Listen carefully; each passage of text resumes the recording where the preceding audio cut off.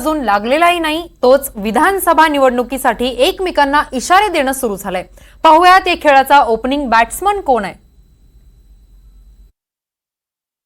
आम्हाला एवढ्या जागा मिळाल्या पाहिजेत हे त्यांना आपल्याला सांगावं लागेल। 2024च्या विधानसभा निवडणुकीत महायुतीमध्ये काय वाढून ठेवलंय त्याचा हा ट्रेलर। लोकसभेचा निकाल अजून लागलेलाही नाही, त्याआधीच भुजबळांनी बाहू सरसावलेत।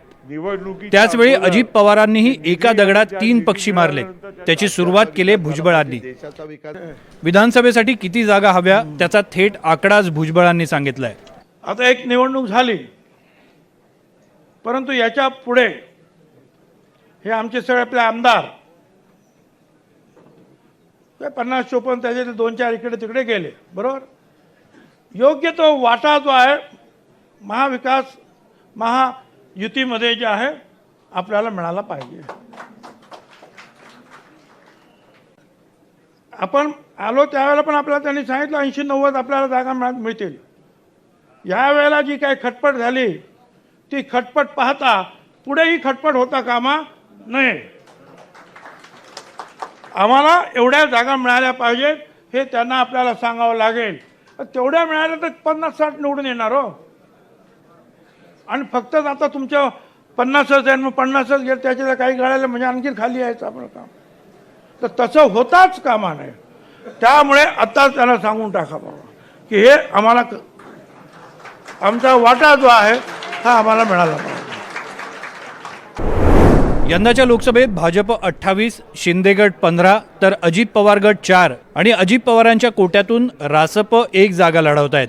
सातारा आणि नाशिकच्या जागेवरून महायुतीत धुसफूस होती। नाशिकमधून भुजबळ स्वतः इच्छुक होते, मात्र शेवटच्या क्षणी शिंदेंनी बाजी मारली, तर राष्ट्रवादीच्या हट्टामुळे उदयनराजे बराच काळ वेटिंगवर होते। अखेर अजित पवारांचे उमेदवार बारामती रायगडमधून रिंगणात उतरले, तर शिरूर आणि धाराशिवमध्ये पक्ष बदलून उमेदवार राष्ट्रवादी काँग्रेसच्या चिन्हावर लढले।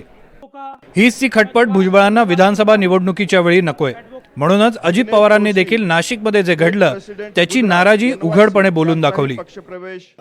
शेवट आता नाशिकच्याच जागेच्या संदर्भात तुम्हाला आठवत असेल, तिथं खाली बहुतेक आमदार आपल्या विचाराचे होते, म्हणजे भाजपाने आपल्या विचाराचे, आणि तिथली जागा तिथं देत असताना थोडा विलंब लागला आणि त्याच्याबद्दल अनेकदा माणिकरावांनी असेल, सरोजने असेल, बाकीच्या आमच्या हिरामणने असेल किंवा इतर माझ्या सहकाऱ्यांनी पण तिथल्या बोलून दाखवलं की याच्याबद्दल असं करून चालणार नाही। साताऱ्यात उदयनराजेंसाठी सोडलेली जागा राज्यसभेत वसूल करण्याची तयारी अजितदादांनी केली।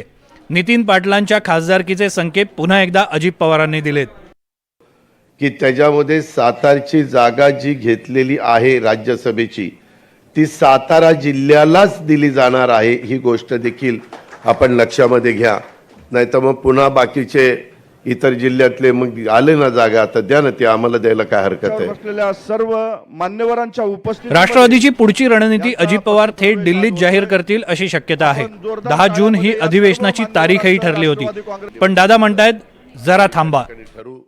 10 जूनलाच होईल असं सांगता येत नाही, कारण 10 जूनला जर काही वेगळं दिल्लीमध्ये त्या दिवशी घडलं तर 2 दिवस पुढं पण ते जाण्याची शक्यता नाकारता येत नाही। 2-3 दिवस ह्याची पण कृपा करून कार्यकर्त्यांनी नोंद घ्यावी। अजित पवार आक्रमक होतात सगळ्यांचा सन्मान राखू हे भाजपनं स्पष्ट केलंय। तिन्ही पक्षाचे नेते एकत्रित बसतील, योग्य फॉर्म्युला ठरवतील आणि त्यानुसार तिन्ही पक्षांना जागा मिळतील। निश्चितपणे भाजप सर्वात मोठा पक्ष असल्यामुळे भाजपला सर्वात जास्त जागा मिळतील, पण आमच्या सोबतचे जे 2 पक्ष आहेत त्यांचा पूर्ण सन्मान हा यामध्ये राखला जाईल। 3 पक्ष एकत्र आल्यानं जिल्ह्यामध्ये चढाओढ, बंडखोरी, नाराजी हे सगळं होणारच।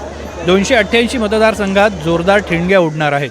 त्यामुळे महाराष्ट्र विधानसभा 2024ची निवडणूक ही आतापर्यंतच्या सगळ्या निवडणुकांमधील सगळ्यात कठीण निवडणूक असेल। सागर कुलकर्णी, NDTV मराठी, मुंबई।